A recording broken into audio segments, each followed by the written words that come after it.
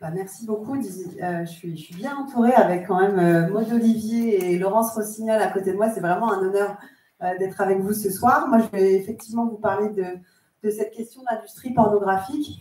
Et je vais quand même déjà essayer de contextualiser pour dire déjà où nous en sommes aujourd'hui et ce que fait aujourd'hui l'industrie porno-criminelle. C'est comme ça que je l'appelle et qu'on devrait tous et toutes l'appeler quand je vous aurais un petit peu expliqué l'ampleur des procès qui se préparent et puis la découverte aussi des pratiques de l'industrie proxénète.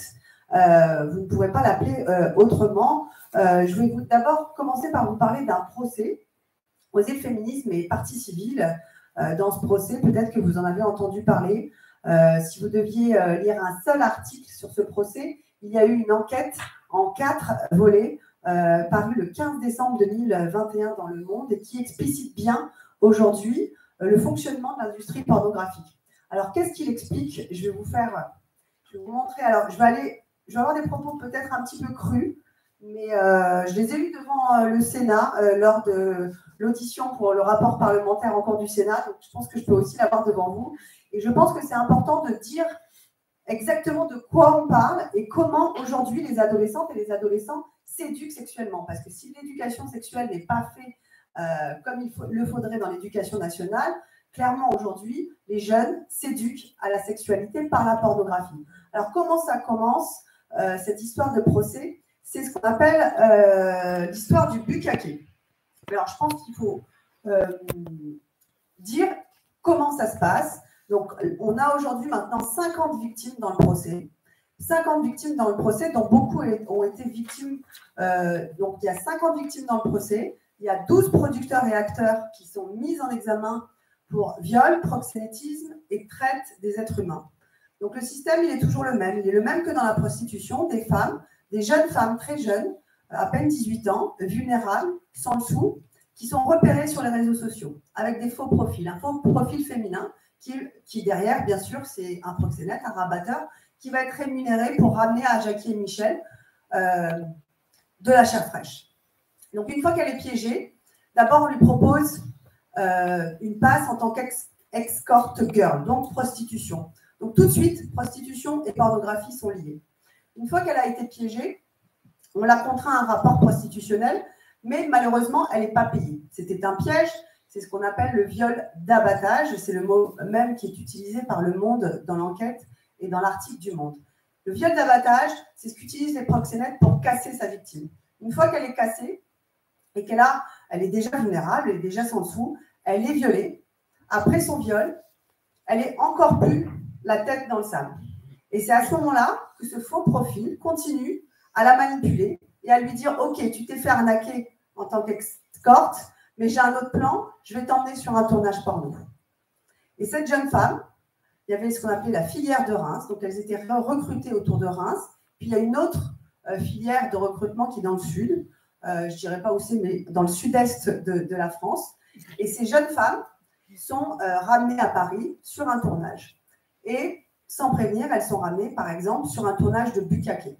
Alors, bukkake, qu'est-ce que c'est qu'un bukkake? C'est un viol collectif. C'est une des pratiques aujourd'hui. Il faut voir quand même où on est. Moi, j'ai un peu plus de 40 ans, donc je n'ai pas été éduquée par la pornographie sur Internet quand j'étais adolescente. Je suis trop vieille. Je pense que vous êtes assez nombreux et nombreuses dans la salle pour être aussi peut-être un peu dépassés par ce qui se passe aujourd'hui sur les sites porno. Mais sur Pornhub, par exemple, ce qui est aujourd'hui devenu le mainstream, c'est par exemple une double pénétration, c'est-à-dire 2 pénis dans un anus en même temps. Ou bien une triple pénétration, 3 pénis dans un même anus en même temps. L'anus se décompose. Dans ces cas-là, il y a également donc, le bukkake, donc le producteur qui est mis en examen aujourd'hui pour viol, proxénétisme et traite des êtres humains, c'est ça. Donc en fait, le mercredi, il poste ça c'est sa bannière Twitter. Ça c'était sa bannière Twitter avant son interpellation. Je ne sais pas si vous voyez un hangar. Il y a un hangar ici. Peut-être que vous le voyez. Donc il y a un hangar et il y a une palette. Il y a une palette au milieu. Et le mercredi, il pose un tweet et il dit « Venez vous vider les couilles dans une grosse pute. C'est gratuit. » Et là, vous voyez autour, il y a entre 50 et 80 hommes qui viennent, qui mettent une cagoule et qui vont tous passer sur la même femme. Et ça va se finir en éjac facial. Donc, tout le monde va éjaculer, les 80 hommes vont éjaculer sur cette femme. On a des témoignages aujourd'hui de femmes dont la peau a été brûlée par les 80 éjaculations faciales simultanées. Ça, c'est ce qu'on appelle un bukkake. C'est le mainstream du porno que vous trouvez sur Pornhub aujourd'hui et pour lequel les producteurs sont en prison. Ça, c'est un producteur qui travaille pour Jackie et Michel et on nous présente ça comme du porno amateur. Ça, c'est vraiment l'horreur au quotidien dont on entend les récits des victimes, des 50 victimes du procès qui va arriver en 2023. Et on essaye de nous expliquer que c'est un travail. Ce n'est pas un travail. Ce ne sera jamais un travail. C'est contraire à la dignité humaine. Et aujourd'hui, les pratiques dans la pornographie, et c'est ce qu'on aimerait faire, nous, en tant qu'association féministe, c'est qu'ils sont mis en examen pour proxénétisme, viol et traite des êtres humains. On aimerait également obtenir les qualificatifs d'actes de torture et de barbarie. On en est là. Aujourd'hui, face à nous, on a la justice. On a ce procès, qui est un procès qui va, je pense, bouleverser complètement le regard complaisant, glamourisant qu'on a aujourd'hui sur la question de la pornographie et de dire ce qui se passe sur cette pornographie. Alors, je vous ai parlé des doubles pénétrations, des triples pénétrations, des bukkake. Et ensuite, il faut parler aussi des catégories sur Pornhub. Dans les catégories sur Pornhub aujourd'hui, alors Pornhub, c'est une des plateformes. Il y a d'autres plateformes que Pornhub. Il y a Xhamster, Xvideo, YouPorn, etc. Mais c'est à peu près toute la même chose. Une des catégories les plus visitées, c'est une catégorie qui s'appelle teen. Donc, teen, en anglais, ça veut dire adolescente.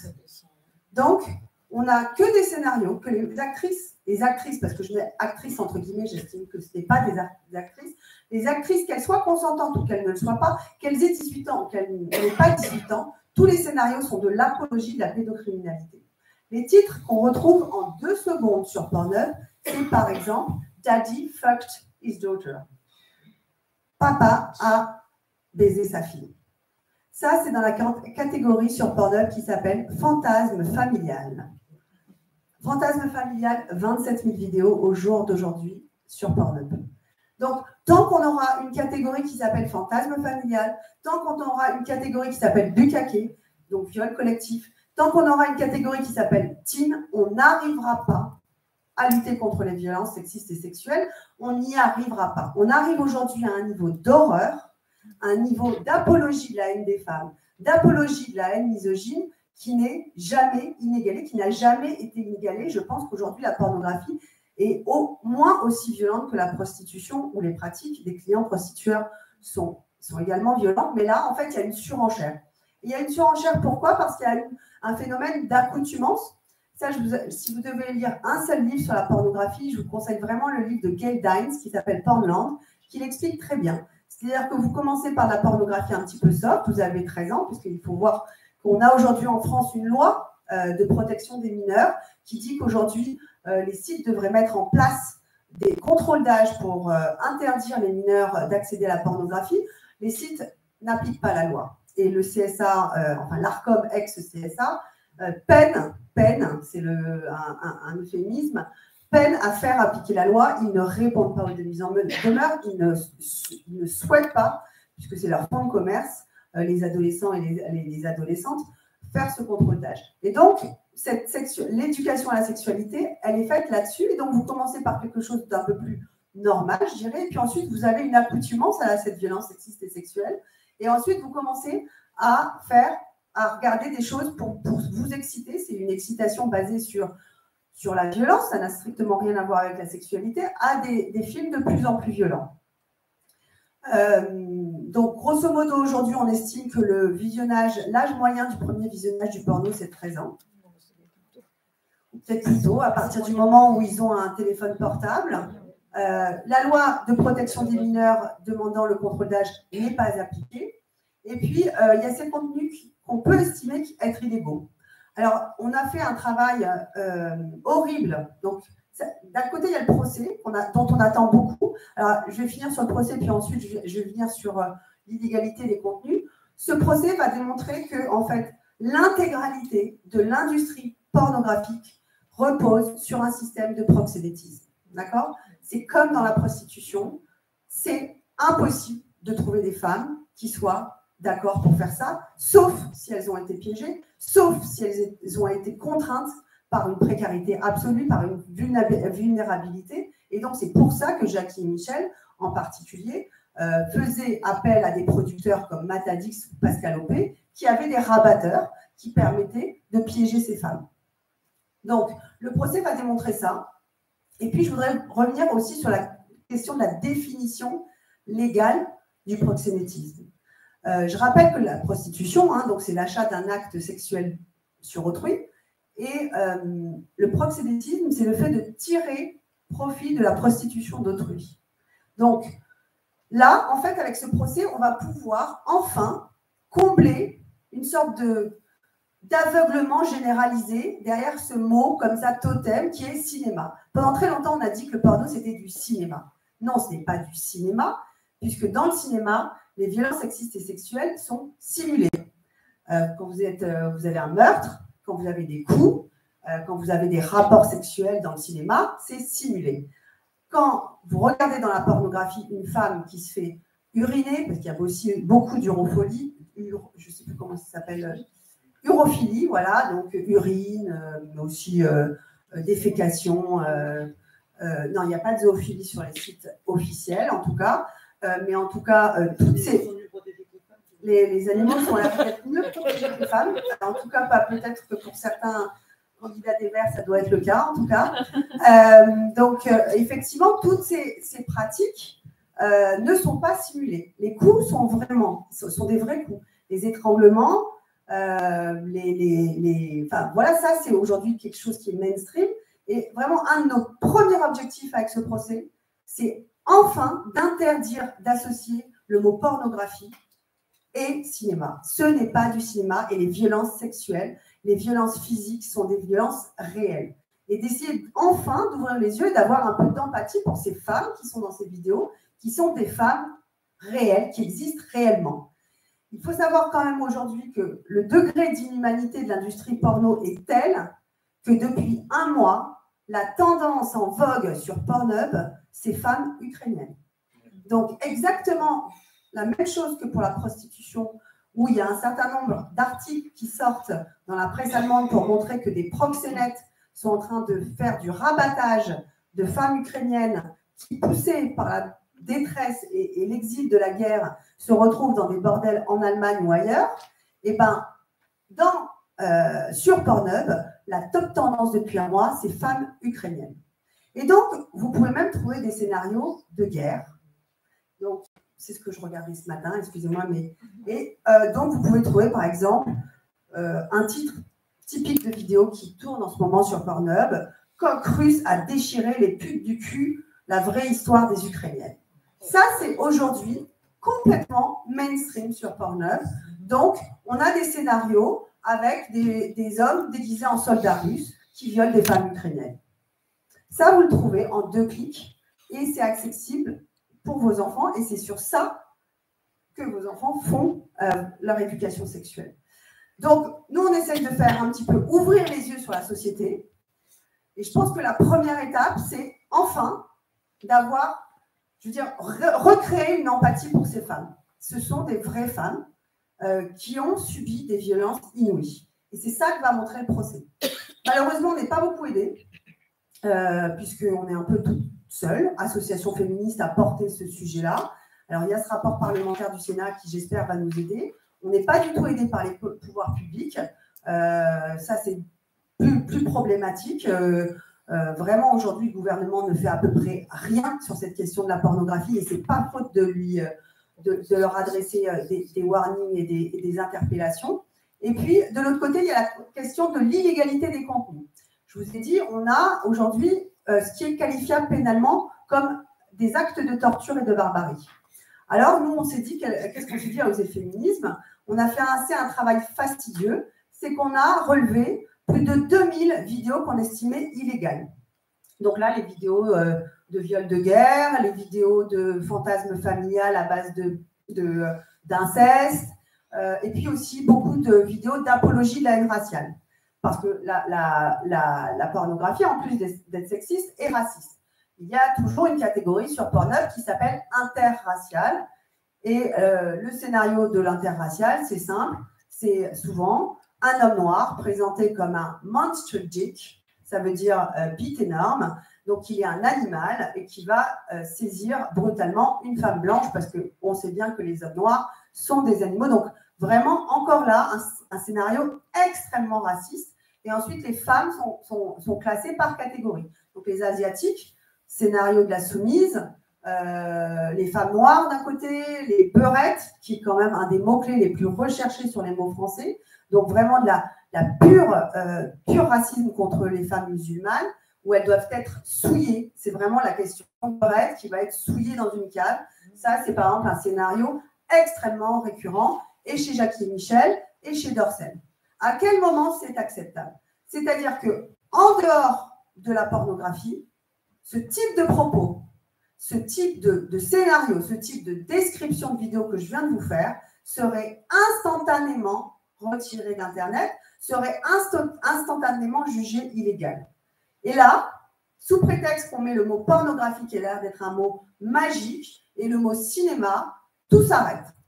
Et ces vidéos d'actes de torture et de barbarie, ces vidéos d'apologie de la haine raciale et de la haine sexiste et de la haine des femmes, on en a fait un recensement, donc je vous disais, pour revenir au point précédent, on en a recensé 2000.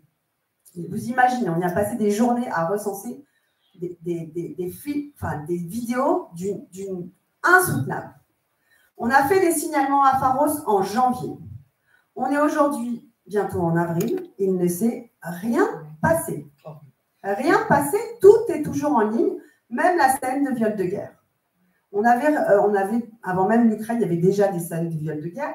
Tout est encore en ligne. On a un rendez-vous dans 3 semaines avec Pharos qu'on a demandé, bien sûr, pour leur expliquer. Donc, pour peut-être que tout le monde ne sait pas ce que c'est Pharos. Pharos, c'est un service au ministère de l'Intérieur où n'importe qui peut faire des signalements. Si vous voyez des contenus, par exemple, illégaux, par exemple, Daesh, par exemple, publie, met en ligne une vidéo d'une exécution, ou n'importe quoi, ou une vidéo de torture, vous le signalez à Pharos, vous pouvez être sûr que très rapidement, en quelques minutes, il va y avoir une réaction, une vidéo va être retirée en ligne.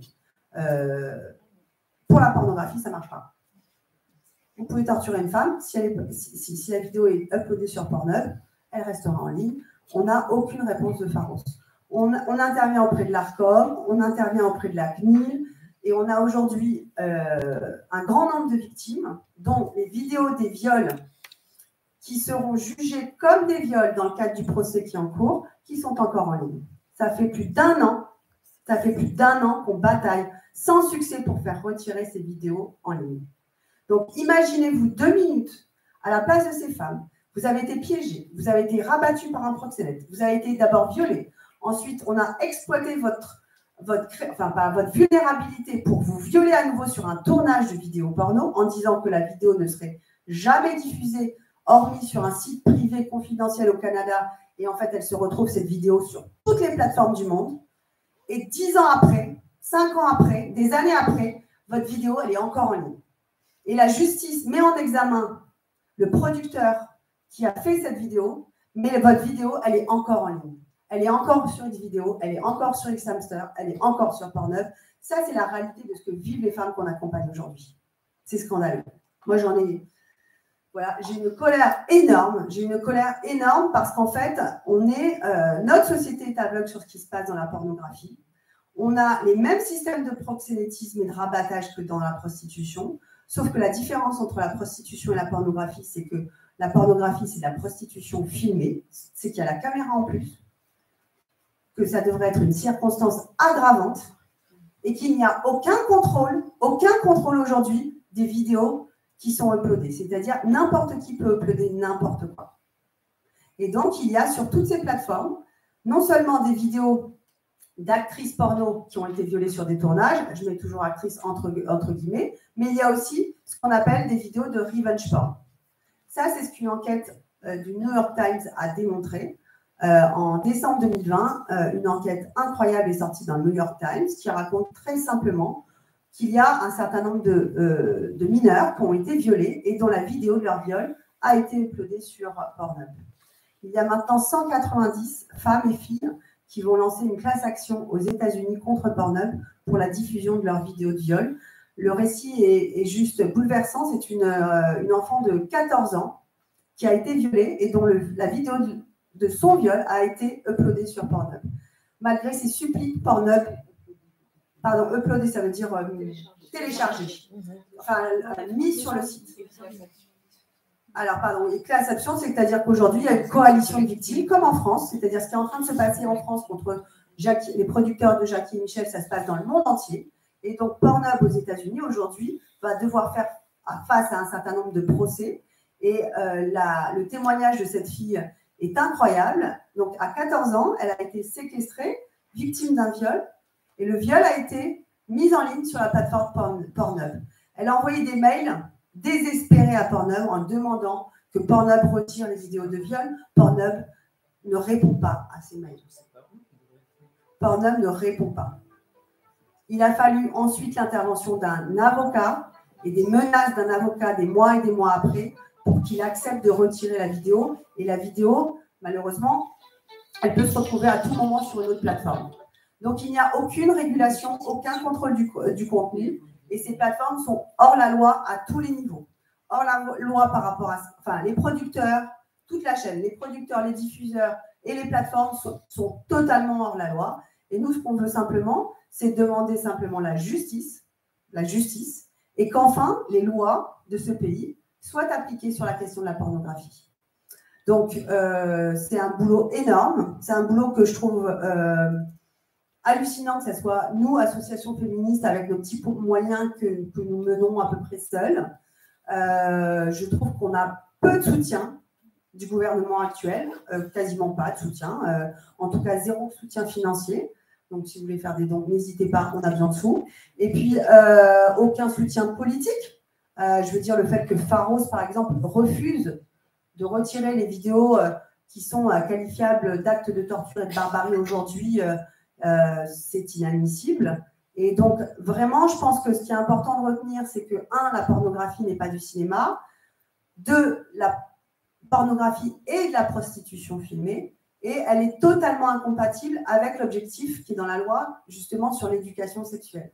C'est que non seulement l'éducation sexuelle de nos enfants n'est pas faite dans les écoles comme elle devrait le faire et comme c'est prévu par la loi, mais à contrario, on est en train de former une jeune génération sur des images de violences sexuelles. 88% selon une étude américaine d'une chercheuse américaine, Gail Dines, 88% des films pornographiques contiennent des scènes de violences sexuelles. Donc, on est là vraiment en train de former une nouvelle génération à ne pas voir justement cette frontière entre violence et sexualité. Les frontières sont complètement troublées. Et donc, on est en train de renforcer chez nos adolescents et nos adolescentes le fait que, en fait, une femme qui a mal, c'est normal. Une femme qui aime être humiliée, qui aime souillée, qui aime être insultée, c'est normal. C'est la norme, c'est la nouvelle norme qu'imposent aujourd'hui les images pornographiques à notre jeunesse. Et ça se voit aujourd'hui même dans les sondages, dans les études qui sont faites. Moi, j'ai une étude qui m'a profondément choquée et je vais rendre la parole parce que je sais que j'ai tendance à déborder. Une étude qui est sortie le 1er février. C'était un sondage IFOP. Et il y avait tout un tas de questions sur la question de la culture du viol. Donc, vous savez sûrement ce que c'est que la culture du viol. Hein. C'est de penser que les femmes sont un peu des salopes et puis qu'elles aiment bien être ça. Et quand elles disent non, en fait, c'est oui. Enfin, tous ces archétypes qui permettent justement l'impunité, la prévalence des violences sexistes et sexuelles contre les femmes et les filles. Et en fait, il y avait une question qui était est-ce que vous pensez que, en fait, quand une femme dit non, en fait, c'est qu'elle pense oui, etc. Et l'influence de la pornographie. Et ce qui était extrêmement choquant, c'est que cette idée était plus forte chez les 18-24 ans que chez les plus de 60 ans. 2 fois plus forte. C'est-à-dire qu'on a l'impression qu'on avance d'un côté avec MeToo sur cette question-là, et de l'autre côté, on a ça qui est en train de sortir. Et alors, je vous rassure pas du tout, mais nous, on est en train de mener ce combat, on a besoin d'aide, donc si vous voulez comme je vous le disais, ou soutenir Oser le féminisme ou nous rejoindre, vous êtes les bienvenus.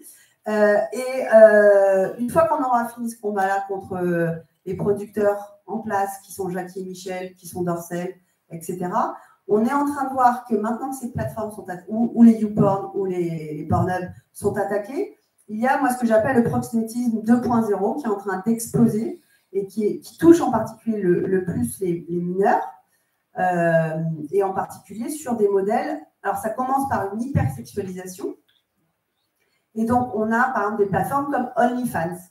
OnlyFans, aujourd'hui, il n'y a que des contenus pornographiques. Et il y a un certain nombre de témoignages de très jeunes filles, voire de mineurs, qui ont été démarchés et recrutés par des proxénètes sur OnlyFans. Et OnlyFans est aujourd'hui une plateforme majeure de la pornographie et de la prostitution en ligne. Donc, on a une industrie qui a des milliards, qui a dépêché les meilleurs cabinets d'avocats face à nous, en particulier, je le sais, parce qu'à l'ARCOM, où on essaye de faire appliquer la loi sur la protection des mineurs, ils ont dépêché des avocats, des cabinets des agences de communication et tout un tas de lobbyistes pour faire barrage juste au fait d'imposer la vérification d'âge sur les sites Internet. Nous, on a à peu près zéro moyen, sauf notre bonne volonté,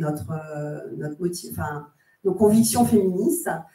Et on a aujourd'hui une industrie milliardaire qui se défend par rapport aux attaques et qui n'est pas prête à lâcher la main et lâcher prise sur cette question. Donc, moi, j'espère qu'en 2022 et 2023, on aura enfin la pornographie comme un sujet majeur et central. J'attends beaucoup en particulier du rapport parlementaire qui est en train de faire le Sénat sur la question, qui fait un énorme travail de dire les choses, sur ce qui est en train de se passer dans l'industrie pornographique et de se dire enfin que nous n'arriverons pas, mais vraiment nous n'arriverons pas à lutter contre les violences sexistes et sexuelles si nous ne traitons pas de ce sujet. Parce qu'il y a la question effectivement des femmes victimes sur les tournages de viol, mais de l'autre côté, il y a, comme je le disais en conclusion, la question de l'éducation sexuelle. Tant qu'on éduquera sexuellement nos adolescents avec ces images-là, il y aura de la culture du viol, il y aura de la violence, il y aura une prévalence massive des violences sexistes et sexuelles chez les jeunes parce que tous les scénarios aujourd'hui de la pornographie veillent à alimenter le mythe du désir irrépressible masculin. Pardon. Voilà. Je me répète parce que je suis un petit peu émue. Pardon. Merci.